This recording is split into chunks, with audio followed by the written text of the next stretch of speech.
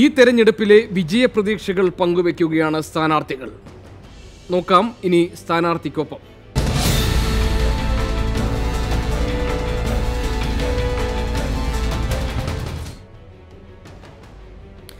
രാഷ്ട്രീയ സത്യസന്ധത തെളിയിക്കേണ്ടത് കൊണ്ടാണ് താൻ BJPയിൽ പോകുമെന്ന മുഖ്യമന്ത്രിയുടെ ആരോപണം നിഷേധിക്കാൻ വീഡിയോ പുറത്തിറക്കിയതെന്ന് കണ്ണൂരിലെ UDF സ്ഥാനാർത്ഥി കെ സുധാകരൻ. ശബരിമല വിഷയത്തിൽ നിയമനിർമ്മാണം നടത്താതെ കലാപമുണ്ടാക്കുകയാണ് BJP ചെയ്തതെന്നും സുധാകരൻ കുറ്റപ്പെടുത്തി. കണ്ണൂർ മണ്ഡലം തിരിച്ചുപിടിക്കാൻ വേണ്ടി UDF ഇത്തവണ കളത്തിലിറക്കിയ കെ സുധാകരനൊപ്പമാണ് നമ്മളിപ്പോൾ ഉള്ളത്. അദ്ദേഹത്തിൻ്റെ ഒരു ദിവസത്തെ പര്യടനം തുടരുകയാണ്.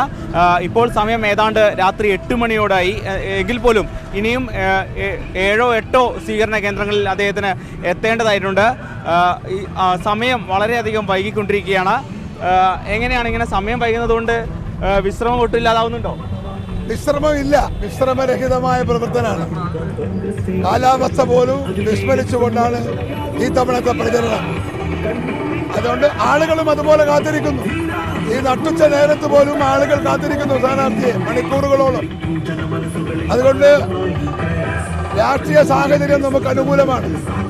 ഐ ആം ഫുള്ളി കോൺഫിഡൻസ് വിജയിക്കും.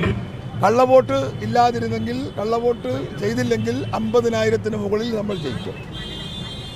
പക്ഷേ കണ്ണൂർ ജില്ലയിലെ കള്ളവോട്ട് ഒരു സ്ഥിരം പ്രതിഭാസമാണ്. കഴിഞ്ഞ പാർലമെൻറ്റ് തിരഞ്ഞെടുപ്പിലും ഏതാണ്ട് 17,000-ഓളം വോട്ട് കള്ളവോട്ട് ചെയ്തിട്ടുണ്ട്. ഞാൻ തോൽക്കുന്നത് കേവലം 6,000 വോട്ടിനാണ്. കാസ്റ്റ് വോട്ടുണ്ടായിട്ടുണ്ട്. ജനാധിപത്യ വിരുദ്ധമായ വോട്ടുകൾ ഇടതുപക്ഷം സമ്പാദിക്കുന്നു. അത് ഇന്ത്യൻ ജനാധിപത്യത്തെ അട്ടിമറിക്കുന്നു, ജനഹിതത്തെ അട്ടിമറിക്കുന്നു. അതാണ് കണ്ണൂരിലെ ഒട്ടുമിക്ക നിയോജക മണ്ഡലത്തിലെയും രാഷ്ട്രീയ സാഹചര്യം. പക്ഷേ ഇക്കുറി ഞങ്ങൾ അതിനെയൊക്കെ മറികടന്ന് കള്ളവോട്ട് ചെയ്താലും ജയിക്കാവുന്ന രീതിയിലേക്ക് ഞങ്ങൾ മുമ്പോട്ട് പോയിട്ടുണ്ട്. പ്രചാരണത്തിന് തുടക്കം മുതൽ തന്നെ മുഖ്യമന്ത്രിയും അതുപോലെ തന്നെ CPM-ഉം ആരോപിക്കുന്നത് താങ്കൾക്ക് BJP ബന്ധമുണ്ട് എന്ന ഒരു ആരോപണമായിരുന്നു. രണ്ടാം ഘട്ടത്തിൽ മുഖ്യമന്ത്രി അടക്കമുള്ള നേതാക്കൾ ഇപ്പോൾ പറയുന്നത് താങ്കൾ BJPയിലേക്ക് പോകില്ല എന്ന് പറയാൻ ഒരു വീഡിയോ വരെ ഇറക്കിയിരിക്കുന്നു. ഒരു വീഡിയോ വരെ ഇറക്കേണ്ട ഗതികേടിലാണ് താങ്കൾ എന്നാണ് അദ്ദേഹം പറയുന്നത്. ഗതികേടല്ല, മുഖ്യമന്ത്രി പിണറായി വിജയനെ പോലത്തെ നാണം കെട്ടൊരു മുഖ്യമന്ത്രി എനിക്കെതിരെ അലിഗേഷൻസ് ഉന്നയിച്ചാൽ അത് നിഷേധിക്കണ്ടേ? നിഷേധിച്ചില്ലെങ്കിൽ അവരെന്ത് പറയും? മുഖ്യമന്ത്രി പറഞ്ഞിട്ട് അദ്ദേഹം നിഷേധിച്ചോ എന്ന് ചോദിക്കൂലേ? അപ്പം നിഷേധിക്കേണ്ടത് എൻ്റെ ഒരു രാഷ്ട്രീയ സത്യസന്ധത തെളിയിക്കാൻ അനിവാര്യമാണ്. കാരണം ഇത് പറഞ്ഞിരിക്കുന്നത് കേവലം മുഖ്യമന്ത്രി എന്ന നിലക്ക് പിണറായി വിജയന് പറയാം, പക്ഷേ മുഖ്യമന്ത്രിക്ക് പറയാൻ പാടില്ല. അപ്പോൾ മുഖ്യമന്ത്രിയുടെ നിലവാരമില്ലാത്ത പിണറായി വിജയന്റെ ആരോപണത്തെ ജനമനസ്സിൽ നിന്ന് തൂത്തുകളയാൻ ഞാൻ വസ്തുത പറയണ്ടേ? പറഞ്ഞില്ലെങ്കിൽ അതല്ലേ പറയാ? എന്തുകൊണ്ട് പറയുന്നില്ല? അതല്ലേ പറയാ? അതൊക്കെ CPM-ന്റെ ഒരു ഉമ്പാച്ചിയാണ്.